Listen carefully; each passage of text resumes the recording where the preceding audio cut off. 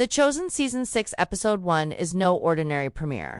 This is the beginning of the end, the final 24 hours of Jesus' life. And now that filming is complete, everything is pointing to one thing. This is the darkest, most emotional chapter the series has ever told. For years, we've followed Jesus as he performed miracles, built deep connections with his disciples, and challenged the religious systems of his time. But now, that journey is reaching its most painful moment. The betrayal is near. The suffering has begun, and Episode 1 throws us straight into it. From the very first frame, we're entering a world where time is running out. The tension is thick, and behind the scenes, the cast and crew have already confirmed this season is not like anything we've seen before. Season 6 picks up with a slow, heavy silence. It's the kind of silence that says everything without a single word spoken. Jesus knows what's coming. The disciples feel it too. Something is different now. The weight in the air is unbearable. This is not a season of celebration or miracles. This is the final countdown, and Episode 1 sets that tone brutally. The events begin just as the sun sets, because nearly the entire season takes place at night. It's dark, not just physically, but spiritually. It mirrors the storm that's about to fall over the world, the night that will end with the Son of God dying on a cross. Behind the scenes, show creator Dallas Jenkins revealed that this episode was one of the most difficult to make. The entire team filmed overnight for weeks, trying to capture the stillness, the dread, the weight of Jesus' final hours. Filming in darkness wasn't just a production decision, it was an emotional and spiritual commitment. They were reliving history's most painful moment, and no one walked away untouched. Jonathan Roumie, who plays Jesus, said that shooting this season, especially Episode 1, was the hardest experience of his life. Not just as an actor, but as a person. He felt the burden of carrying Jesus' final message. He was walking in his last footsteps, and you can see it. His physical transformation alone is shocking. Roumie said he lost weight and muscle during filming, but it wasn't just the physical pain. The emotional exhaustion was something new. It brought me to places I've never gone before, he said. And when you think about it, how could it not?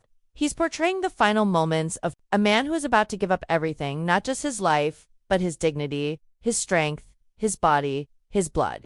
And it all starts here. In Episode 1, you'll feel it immediately. The fear, the confusion, the helplessness of the disciples as they watch the man they love prepare to die. Elizabeth Tabish, who plays Mary Magdalene, said it best. You're watching someone you love be tortured, even as part of a story. It's awful. But what makes Episode 1 even more powerful is what it doesn't show not yet. The calm before the storm. The moment before the arrest. The whispered warnings. The final teachings. The small goodbyes. Everything is laced with meaning. Everything is counting down. Jesus is fully aware of the pain he's walking toward, and yet he walks toward it. That's the power of this episode. The choice to love, even when it leads to death. The decision to forgive, even as betrayal closes in. Abuna Khalid, who plays Big James, shared how intense the atmosphere was while filming in Italy, especially the early episodes leading into the Crucifixion. I've never seen the cast so focused. He said, there's just been incredible stuff happening on set. He even returned on his days off just to witness the scenes. That's how much this episode impacts those involved. That's how real it feels. And if it can shake the people acting it out, imagine what it will do to us. The episode doesn't just focus on Jesus, it digs deep into the emotional state of the disciples. These aren't the brave men we met in earlier seasons. They're confused, afraid, and slowly realizing that their entire world is about to collapse. Peter's faith is being tested. Judas is acting strange. John is clinging to every word. And Mary, she's just trying to breathe. As the hours tick down, every interaction feels like a final goodbye. You can see it in their eyes. They don't fully understand what's happening yet, but something inside them knows they'll never be the same again. And neither will we. Because this isn't just storytelling. This is the beginning of the most sacred moment in history. The Chosen doesn't shy away from the pain. It steps directly into it. And Episode 1 is just the start. Asterisk. Everything in Episode 1 leads us to the edge of something massive, something tragic, something sacred. But the heartbreak of this episode isn't loud. It's quiet. It creeps in. It sits with you like a shadow.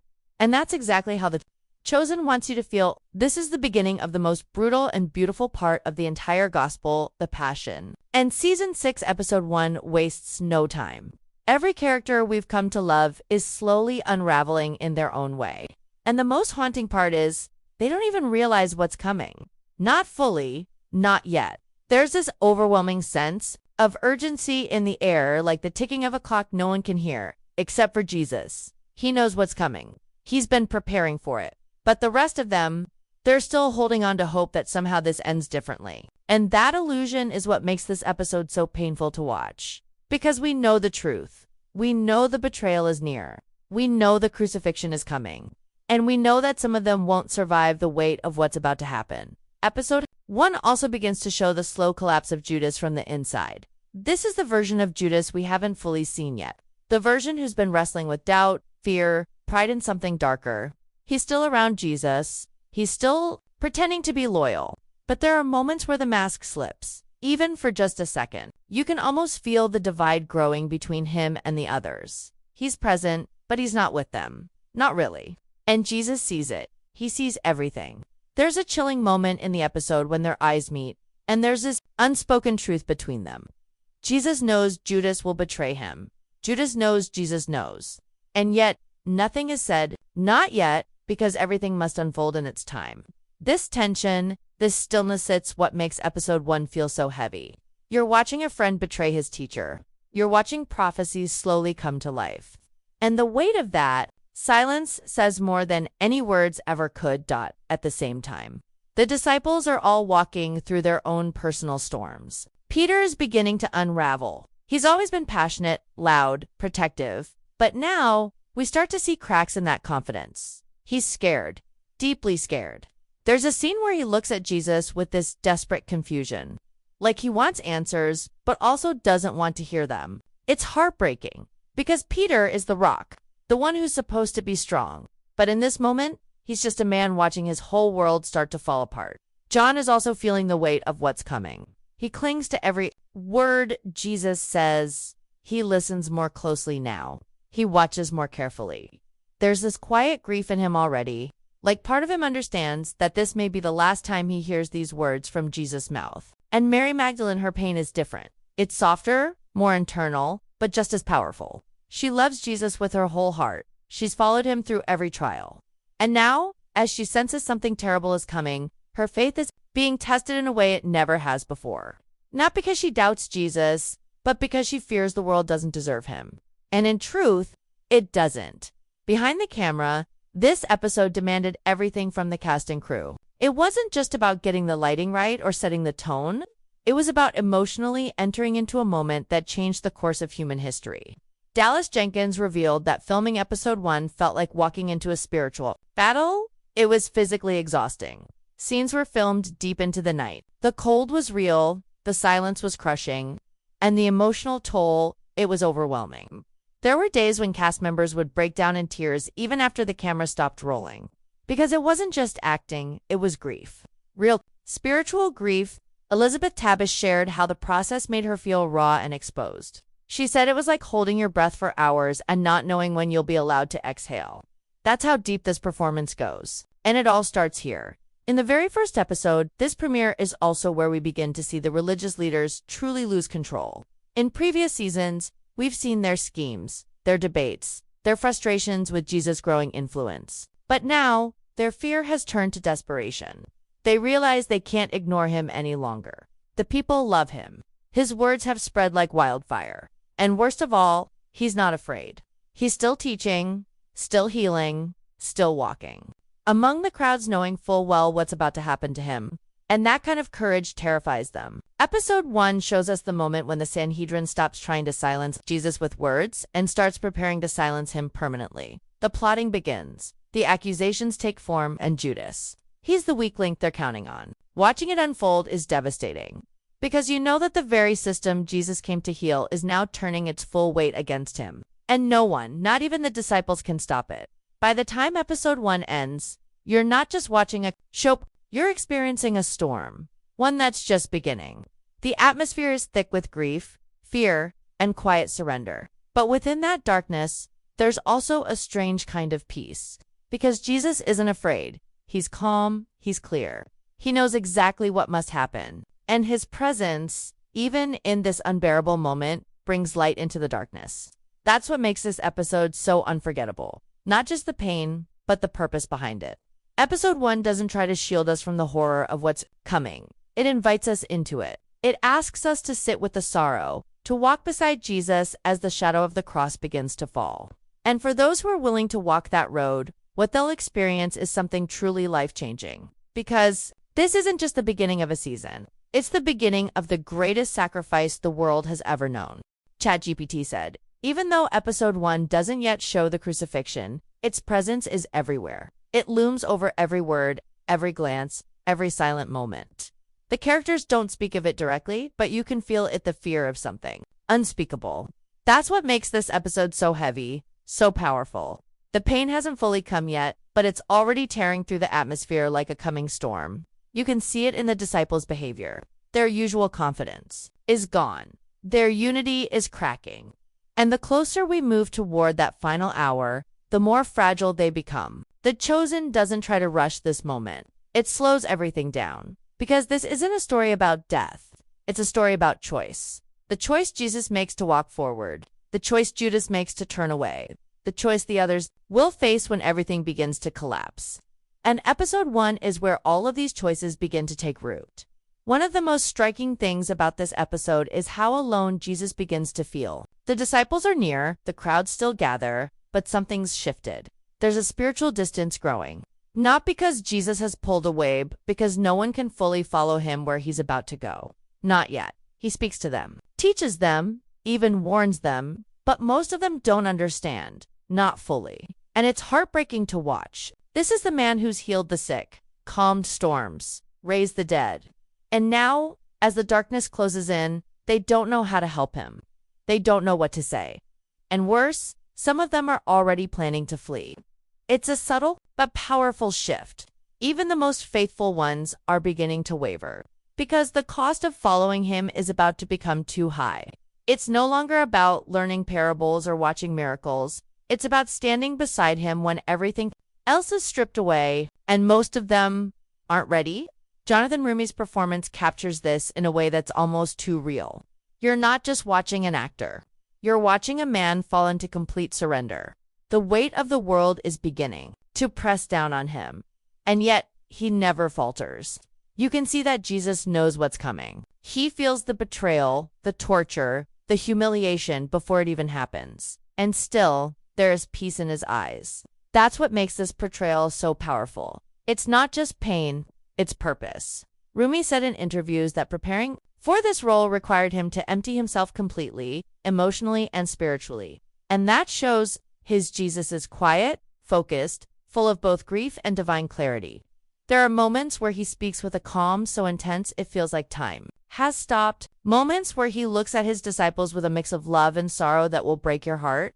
Because he knows what's about to happen. And he knows most of them won't be able to handle it. There's also a sense of cosmic weight starting to press in. The events of episode 1 don't just feel like the beginning of a tragedy. They feel like the earth itself is holding its breath. The spiritual realm is stirring. You get the sense that this moment isn't just a turning point in history, it's a turning point in all of creation. Heaven is watching, hell is waiting, and in the middle of it all stands Jesus, perfectly still, perfectly surrendered. The Chosen does a masterful job of capturing this without needing grand spectacle. It's in the silence, in the dark sky, in the way characters walk slower, speak softer, or pause longer before answering. It's in the way their eyes dart around. Like they know something terrible is coming, but don't yet understand what. Episode 1 doesn't just set the stage, it makes you feel the weight of every step toward the cross. Meanwhile, the religious leaders are growing restless. We've seen their pride, their anger, their desperation in earlier seasons, but now that desperation is turning into fear. Jesus has become too powerful, too beloved, too dangerous to ignore. They've tried argument. They've tried threats, but nothing has worked. So now, they plan in shadows. Episode 1 gives us a glimpse into this growing conspiracy. Whispers in dark corners. Secret meetings. The words arrest and execution begin to surface. But they need someone inside. Someone close. Someone who won't be suspected. And Judas, whether he knows it yet or not, is their answer. Watching this unfold is like watching a trap slowly tighten around Jesus.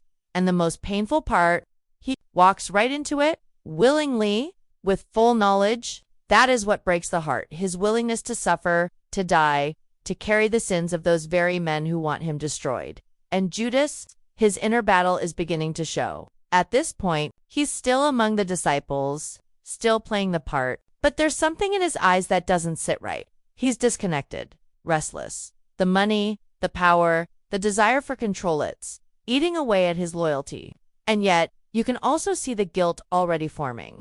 Deep down, part of him knows he's about to do something unforgivable. But he's trapped by pride, by fear, maybe even by confusion. He doesn't see Jesus clearly anymore. Maybe he never did. And the worst part is, Jesus still loves him. That's what makes it unbearable. He never stops loving Judas, even as the betrayal draws closer, even as the silver is counted, even as the kiss is prepared. In episode 1, that tension is beginning to burn. The emotions in this episode are raw and unfiltered. The silence speaks louder than any music. The darkness doesn't just fill the screen, it wraps around your heart. The Chosen isn't afraid to make us feel this pain, because this isn't a Hollywood tragedy. This is the greatest sacrifice ever made, and the story must be told in truth. As we move deeper into the episode, the disciples' confusion turns to panic. Jesus is speaking differently now. There's urgency in his words. He's preparing them, but for what? They don't understand. They're afraid to ask, and we, the audience, feel helpless. We know what's coming, but we can't stop it either. That's what makes this episode so haunting. It's not the waiting, the knowing, the weight of love about to be poured out in blood. ChatGPT said. As episode 1 continues, the weight of destiny becomes heavier with each passing moment. We're now in a place where every word Jesus says could be his last. Every gesture, every breath feels sacred. The calm is deceptive, but it's not empty. It's the calm that comes before the greatest storm in human history. And that's the emotional power of this episode. It doesn't rush toward the crucifixion. Instead, it forces us to sit in the unbearable quiet, to feel the grief slowly rising, to watch as love prepares to sacrifice itself in the most violent, humiliating way imaginable. There's no turning back now. Jesus is walking straight toward death not because he has no choice, but because he chooses it, and in doing so, he redefines what love really is. That truth lies beneath every frame of this premiere. It's not the physical pain that cuts deepest, it's the love behind it. Love that sees betrayal coming and still embraces the betrayer. Love that looks at frightened friends and still calls them brothers. Love that says yes to the cross. Knowing what it will cost, this episode doesn't rely on big emotional speeches to move us. It relies on intimacy. We are drawn into private moments, hushed conversations, silent prayers. There's something deeply unsettling in watching Jesus prepare himself while everyone else remains unaware. Some of the disciples are still talking about what comes next. Will lead, who will follow? What kind of kingdom will be built? But Jesus isn't speaking of victory or glory. He speaks of surrender, of suffering, of sacrifice. And they don't want to hear it. Not really. Who would? They've followed him for years, seen the miracles, witnessed the impossible. They still believe he can change everything in a single breath. But what they don't see, what they refuse to accept is that this was the plan all along. Jesus didn't come to escape death. He came to walk through it. And that quiet realization, that shift in understanding, is what breaks them. It's what breaks us. Because this isn't how heroes are supposed to win. Not in the world's eyes. But in this story, this is how salvation begins. The tension in episode 1 builds not through action, but through unbearable emotion. We see the disciples clinging to Jesus, trying to understand him, desperate to make sense of his words. Peter is perhaps the loudest, most resistant voice. He doesn't want to believe what Jesus is saying. He tries to speak against it. He wants to protect, to fight, to stop the inevitable. But his strength is crumbling. He knows he's powerless, and the more Jesus speaks of what's to come, the more we see Peter's heart shatter. Because he's starting to understand this is not a moment he can fix. This is not a danger he can fight. And soon, he'll have to make a choice of his own. The choice to stand beside Jesus or run. It's coming, and we feel it. Mary Magdalene, meanwhile, grows quieter. She watches Jesus with eyes full of sorrow. She senses what the others don't. Maybe because she's already known loss. Maybe because she's already been broken before. But now, she's preparing to lose the one person who saved her. And there are no words for that kind of grief. What The Chosen captures so beautifully in episode 1 is not just the beginning of the love that carries that pain. We don't just see a man going to his death. We see a teacher comforting his friends, a son preparing to leave his mother, a leader refusing to abandon his people, even when they will abandon him.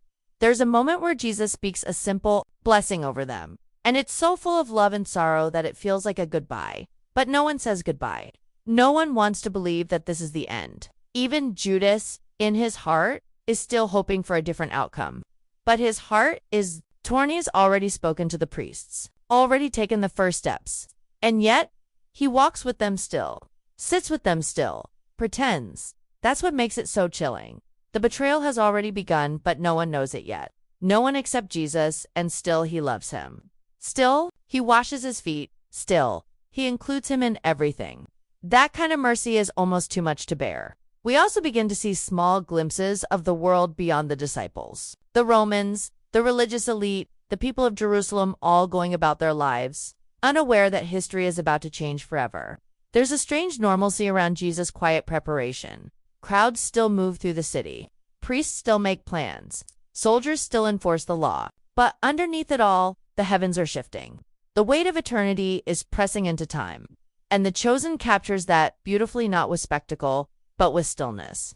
You begin to feel that the world is holding its breath. Something holy is about to break wide open, and the world has no idea. That's what gives episode 1 its quiet power. It doesn't explode. It waits. It prepares. It invites us into the moment just before the world splits in two. The end of episode 1 leaves us in silence. Not a dramatic cliffhanger, not a moment of action. Just silence. Jesus looking out into the night. The disciples restless, Judas alone with his thoughts, and us left sitting in the dark with them.